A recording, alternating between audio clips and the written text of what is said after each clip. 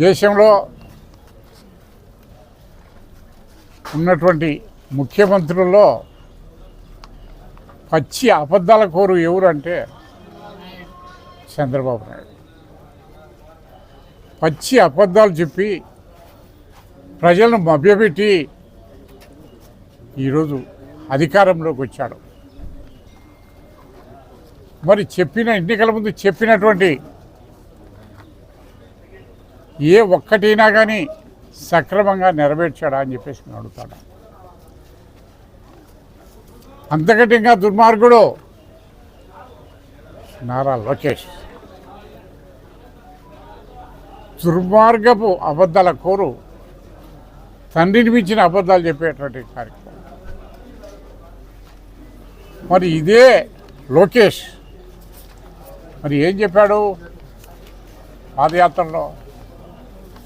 పాదయాత్రలో ఖచ్చితంగా ఆయన చెప్పింది ఒకటే. 2023 మార్చి 29న పెనగొండలో ఏం చెప్పాడు?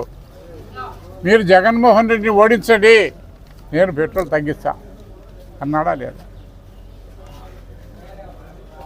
మరి జగన్మోహన్ రెడ్డి నీ చెప్పిన మాట ప్రకారము నమ్మి మోసపోయి ప్రజలు జగన్మోహన్ రెడ్డి ప్రభుత్వాన్ని కొలదోశారు, నిన్ను గద్దె ఎక్కించారు.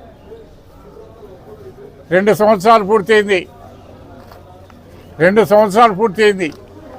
ఏం చేసినావు? ఏ రకమైనటువంటి ప్రజలకు అందుబాటు చేశావు? అన్నిటికంటే మించి చెప్పిన అబద్ధాలతో అధికారంలోకి వచ్చినావు. అయిపోయింది నీకు. ఇప్పుడు మళ్ళీ నువ్వు అబద్ధాలుగా చెప్పి ప్రజలు ఇంకా మోసపుచ్చాలనుకుంటాంటే కదా, ప్రజలు ఈరోజు నమ్మే పొజిషన్లో లేరు, తెలుసుకున్నారు ఇదంతా అబద్ధాల రాజ్యము అని చెప్పేసి. మరి నువ్వు ఎన్నికల ముందు ఏ ఒక్కటైనా చేసావా? ఇప్పుడు ఇంకా చెప్తున్నాడు. నిన్ననే చూసా, మీకు ఎంతమంది పిల్లలు? 2రా 3రా? 2రేనా? అయితే నీకు 30 ఏళ్ళు ఎక్కరాదు. అది కాదు, అది కాదు. 2 1 ఆర్ నన్ అని ఇంతకుముందు స్లోగన్ నువ్వే చెప్పావు. 2 అంటే 2 అయితే ముద్దు, 3 అయితే రద్దు అన్నాడా లేదా? మరి అదే కాకుండా అప్పుడు ఒక చట్టం తీసుకొచ్చాడు లోకల్ బాడీస్కు. మీకు గుర్తుందో లేదో? లోకల్ బాడీస్ ఎలక్షన్, మున్సిపాలిటీ ఎలక్షన్లకు కానీ పంచాయతీలకు కానీ ఏదైనా సరే 2 కంటే 3వ వారు ఉంటే కూడా వాళ్ళు అనర్హులు అని చెప్పేసి నువ్వే కదా చెప్పింది. నువ్వే కదా చేసినావా లేదాను? ఈరోజు ఏమంటున్నావు? 3 ఉంటే 30,000 ఇస్తా, 4 అంటే ఎన్ని అబద్ధం కుదరు, ఏం నిజం ఒక్కటి కాదు. ఓకే 30,000 నువ్వు ఇస్తావు, 30,000 వాళ్ళు సాగద్దు. ఎవరు సాగుతావు? నువ్వు సాగుతావు. నువ్వు సాగుతా. 4 ఉంటే 40,000 ఇస్తావు, 4 పిల్లలు సాగుతావా? ఏంటి ఏం చేస్తావు? ప్రజలు మభ్య పెట్టాలా, ఇంకా మభ్య పెట్టాలా అని అనుకుంటున్నాడు చంద్రబాబు. ఆ రోజులు అయిపోయినాయి, దాచిపోయినాయి. ముఖ్యంగా మా షరీఫ్ ఉన్నాడు, వైస్ చైర్మన్, 3 పిల్లలు. అప్పుడు అప్లికేషన్ రిజెక్ట్ అయితే పాపం చాలా బాధపడ్డాడు. అదేదో మేనేజ్ చేసి పాపం 5 ఏళ్ళు పూర్తి చేసుకున్నాడు. అంటే చాలామంది పాపం అర్హత ఉండి సర్పంచ్గా గెలుస్తామని నమ్మకం ఉండేవాళ్ళు 3 పిల్లలతో పాపం డిస్క్వాలిఫై అయిపోయి ఇక్కడ చాలామంది రాలేకపోయినారు. చంద్రబాబు నాయుడు గారు ఒక్కటే చెబుతున్నాము, నీ అబద్ధాలు ఎప్పుడు నమ్మరు. అసలు ఈ రాష్ట్రంలో నీ అభివృద్ధి అనేది ఎక్కడ జరుగుతుందని చెప్పండి. నేను ఒకటే ఇంతకుముందు ఇప్పుడు డిమాండ్ చేస్తాడా, నీ బడ్జెట్ రీజనల్ వైజ్ పెట్టు. రాయలసీమ రీజన్కు ఈ బడ్జెట్లో లాస్ట్ ఇయర్ 2004, 5, 6 ఇప్పుడు 6, 7 కూడా బడ్జెట్ వచ్చింది. 3 బడ్జెట్లు వచ్చినాయి. ఇంకా ఉండేది 2 బడ్జెట్లు కేవలం. ఈ 3 బడ్జెట్లలో రాయలసీమకు ఎంత ఖర్చు పెట్టావు, ఉత్తరాంధ్రకి ఎంత ఖర్చు పెట్టావు, సర్కార్కి ఎంత పెట్టావు, నీ అమరావతికి ఎంత పెట్టావు? ఒక్క దఫా లెక్కలు చెప్పే ధైర్యం ఉందా మీకు అని చెప్పేసి నేను అడుగుతాను. ఈరోజు చెప్పిన మాట మరి అన్నిటికి మించి ఈరోజు మనం చూస్తున్నాం. రైతాంగం పరిస్థితి చూస్తే ఏదో నెత్తి మీద కుబ్బడి పడినట్టయింది. ముందుగానే వ్యవసాయం గిట్టుబాటు లేదు. పండిన పంటలు గిట్టుబాటు ధర లేదు. మరి ఈ పెట్రోల్ డీజిల్ పెంచితే రైతుల పరిస్థితి ప్రతి ఒక్కటి ఆధారం డీజిల్ ఉండాలి. రేపు సేద్యం చేయాలంటే ట్రాక్టర్ కొట్టగా, మరి కోత కావాలంటే కోతల మిషన్ కావాలా, దేనికైనా ఇది. అన్నిటికంటే మించి ఈరోజు రైతులు చేసేది, రైతుకు గిట్టుబాటు ధర లేకుండా ఈరోజు ఎరువులు పెంచినాడు. ఎరువులు మళ్ళీ దానికి వేరే కార్యక్రమం మళ్ళీ ఆలోచిస్తున్నాం. ఎరువులు విపరీతంగా పెంచేసి రైతులకు అందుబాటులో లేకుండా కొన్ని పెంచిన ధరకైనా నువ్వు ఇస్తాడు వాటికి ఈరోజు అవి కూడా లేవు.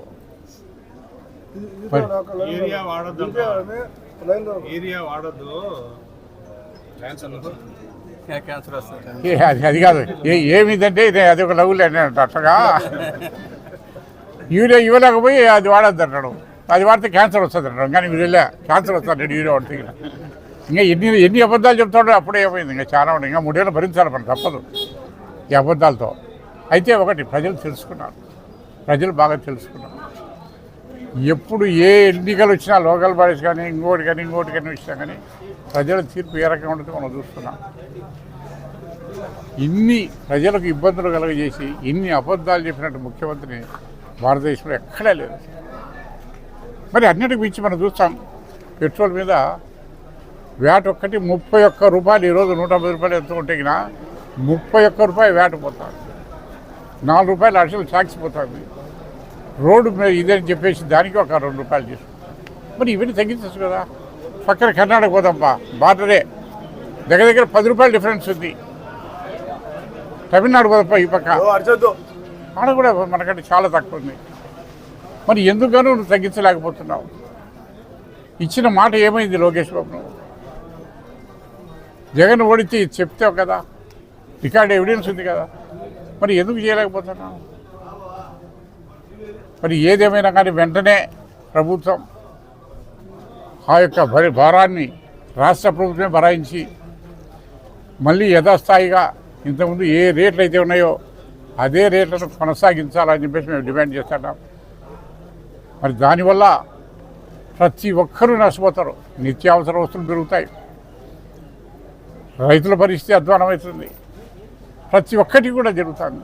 అదే రకంగా ఇప్పుడు గ్యాస్ కూడా అయిపోతే ఇప్పుడు పొద్దున పేపర్లు చూసినాం, 1 లీటర్కి 1 రూపాయి ఏదో పెంచాడు, రూపాయలతో అది కూడా పెంచాడు. కమర్షియల్ అయితే కింద డబుల్ అయిపోయింది, 3000 రూపాయలు కమర్షియల్.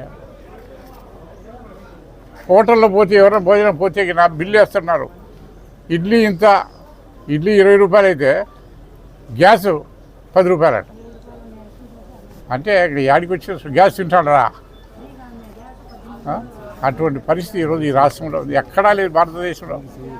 ఈ రాష్ట్రంలో ఉన్నటువంటి అద్భుతమైనటువంటి పరిపాలన, ఒకరిని మించి ఒకరు అబ్బా కొడుకులు అబద్ధాలు చెప్పింది చెప్పి ప్రజలను మభ్యపెట్టాలా, మోసం చేశారు. ప్రజలు నమ్మినారు, మోసపోయినారు. ఒకసారి మోసపోయినారు, ఇంకా మళ్ళీ మోసపోయేదానికి ప్రజలు సిద్ధంగా లేరు.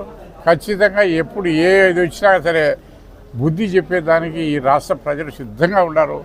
కాల్చుకో అని చెప్పి మేము చెప్తాను.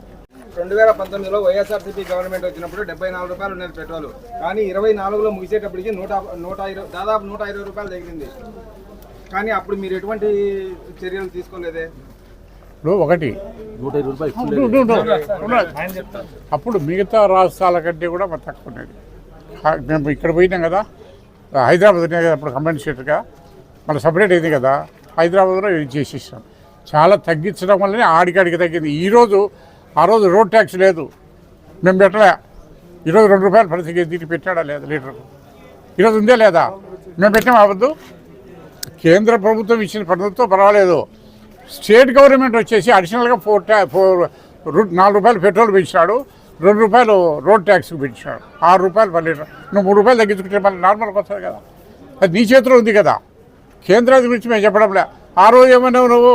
కేంద్ర ప్రభుత్వం పెంచితే బాధుడే అన్నావు, ఈ పొద్దు ఏ బాధుడు? ఈరోజు ఏ బాధుడు? ఓకే, ఆ రోజు ప్రతి ఒక్కటి కూడా సబ్సిడీ ఇస్తా వచ్చినాం. 5 సంవత్సరాల్లో జగన్ పరిపాలన ఎవడైనా యూరియా కావాలా నా దగ్గర లేదని వచ్చిన ఉన్నాడా? 1 రూపాయి బ్లాక్ మార్కెట్లో పోయిందా? మరి ఆరోగ్యశ్రీ పనిచేసిందా లేదా ఆ రోజుల్లో? ఈరోజు ఏమైంది? క్రాప్ ఇన్సూరెన్స్ కోట్లాది రూపాయలు క్రాప్ ఇన్సూరెన్స్ ఇచ్చాం, గిట్టుబాటు ధర కల్పించాం, సున్నాడు ఇచ్చినాం. ఏమైంది పొద్దు? ఎక్కడైనా 1 రూపాయి ఇచ్చాడా రైతులకు? మా దగ్గర ఉంది, ఛాలెంజ్ చేస్తున్నాం మేము పొద్దు. మా 5 ఏళ్ల పరిపాలన ఏ రైతుకు ఏ మండలంలో ఎంత ఇచ్చాం నా దగ్గర లిస్ట్ ఉంది. ఈరోజు మీరు రండి చెప్పండి, ఇదో ఈ మండలంలో ఇంత సబ్సిడీ ఇచ్చినాం, ఇంత ఇన్సూరెన్స్ ఇచ్చినాం, ఈ రకంగా సున్నా వడ్డీ ఇచ్చినాం, ఇన్పుట్ సబ్సిడీ ఇచ్చినాం. చెప్తారా? చెప్పే ధైర్యం ఉందా?